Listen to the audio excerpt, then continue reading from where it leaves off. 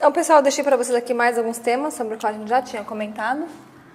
Só para ficar bonitinho. É um livro que traz temas mais filosóficos, mais metafísicos, né? Quando a gente fala de filosofia, de algo metafísico, a gente está se referindo mais ao mundo imaterial. Então, são discussões, são reflexões, não fazem referência a algo concreto, a algo pontual. Então, por exemplo, vamos falar aqui da política, da desigualdade social, desse cara que foi roubado, né, e sofreu essa injustiça, não.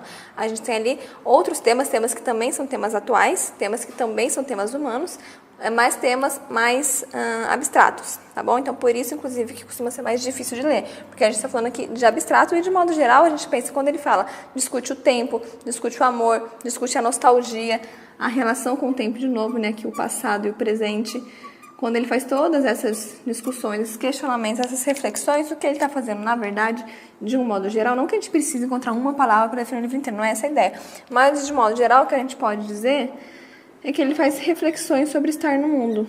Então, sobre como você se relaciona com o mundo, como você se relaciona com o outro, como você se relaciona com o seu próprio passado. Então, reflexões sobre estar no mundo. O que é o mundo, como a gente lida com ele, o que a gente faz com ele, qual que é o nosso sentimento em relação a ele, tá bom? E aí, pensando nas partes mais práticas, mais estruturais, como a gente sempre faz, aqui, quando a gente pensa no gênero, que gênero é esse, né? A gente já sabe, mas só para colocar para vocês, quando eu penso em gênero literário, eu tenho aqui o gênero lírico. Então, a gente tem o lírico, o dramático ou o épico, né? O épico da narração, com o herói, o dramático de dramatizar, encenar, tem a ver com o teatro, e o lírico tem a ver com a lira, com a musicalidade, com a poesia. E aqui, pensando em gênero textual, eu teria o que eu chamo de poesia ou poema. Eu expliquei para vocês em outras aulas, que há uma discussão ainda. Então, por enquanto, a gente chama dos dois, tá bom? Poesia e poema. A gente tem tanto assuntos imateriais sendo tratados, quanto também muitos recursos linguísticos sendo usados para tal, certo? E a linguagem, Giane? Que linguagem a gente tem aqui nesse livro? A linguagem é bastante variada. E é interessante a gente pensar que Drummond, até aí, ele consegue trazer alguma oposição, né? Então, ele não cansa de trazer oposições. E a gente tem um vocabulário que é clássico, um vocabulário que é erudito, que é latinizado, então traz termos latins, em latim, não latins nem latim, que faz referências à mitologia, traz nomes de deuses gregos, um vocabulário camoniano, então faz referência também a Camões, então quer dizer, tudo aquilo que é clássico, erudito é mais difícil de ler, você precisa consultar um dicionário, mas você também tem, às vezes, um vocabulário baixo, palavras de baixo escalão. A gente leu isso já em alguns exemplos, né? Não lemos todos os poemas naturalmente. Se você ler, você vai encontrar vocabulário muito baixo. Assim, nossa, mas isso aqui não tem nada de sublime. Meu Deus, o que isso tem de erudito? A gente falou que era erudito, que era clássico, mas olha essa palavra aqui no meio. Então, ele consegue até isso mesclar também, tá bom? Então, uma linguagem aí que vai misturar esse clássico, o erudito, e também o popular. Então, ele mistura esses dois tipos de linguagens. Quando a gente fala da estrutura ou do estilo, se vocês preferirem, dos poemas, a gente já viu que a gente tem um estilo bastante variado.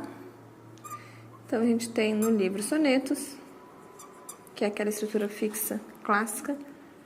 A gente também tem tercetos. Então, por exemplo, A Máquina do Mundo é composta em terceto, como a Divina Comédia de Dante. Então, um poema inteiro, um poema longo, composto em tercetos, que são estrofes de 3 versos. A gente tem também a métrica.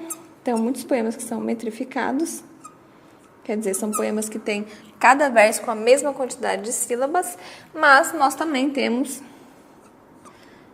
versos brancos. Os versos brancos são versos sem rima. Por que eu falei mas? Porque quando a gente pensa aqui soneto, terceto, métrica, a gente pensa numa regularidade. Quer dizer, há alguma regularidade, sempre a mesma quantidade, ou de estrofe, ou de verso, ou de sílaba. Já no caso do verso branco, eu tenho uma falta de rima. Então, seria uma irregularidade também. Seria natural, não? Uma pessoa que usa todas essas estruturas que usasse também a rima. Ela aparece, sim, em alguns casos. Vamos colocar aqui rimas. Mas, em outros casos, a gente não tem a rima. Então, a gente tem versos, né, que são...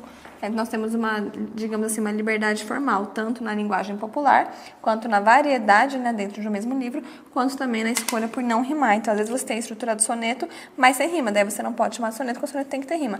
Mas a estrutura é a mesma, aí você vê mais uma subversão, né? Então, você tem ali toda a estrutura, mas sem rima, né, que é algo incomum.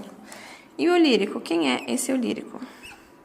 Claro que muitas pessoas vão dizer que é o próprio Drummond, inclusive falam, né, que essa parte aqui do Selo de Minas é autobiográfica, mas a gente sempre tenta pensar fora do autor, né? Não pensar assim, o autor Carlos Drummond, que é homem, a gente pensa no que o livro diz pra gente para além disso. Então, para além não, independentemente. Então, independentemente de eu saber que foi o Drummond que escreveu, o que o livro me diz? Essa voz que tem ali no poema, que voz é essa? É uma voz masculina, a gente percebe. Acho que isso nem é tão interessante falar, mas é uma voz masculina e é uma voz de alguém que sofre. Então, uma voz, é um lírico sofredor. É um lírico desencantado, desiludido. E, por fim, é um lírico também questionador. Então, é um lírico aí que está questionando tudo. Tá bom? Então, essa é a estrutura para vocês. A gente não tem aqui o tempo, espaço, narrador. No lugar do narrador, que é a voz interna do romance, a gente tem o eu lírico, que seria essa voz interna do poema. E aí uma estrutura bastante variada, uma divisão que acaba sendo temática. E o que a gente tem são temas que perpassam todos e, ao mesmo tempo, temas que ficam mais restritos a cada uma dessas sessões.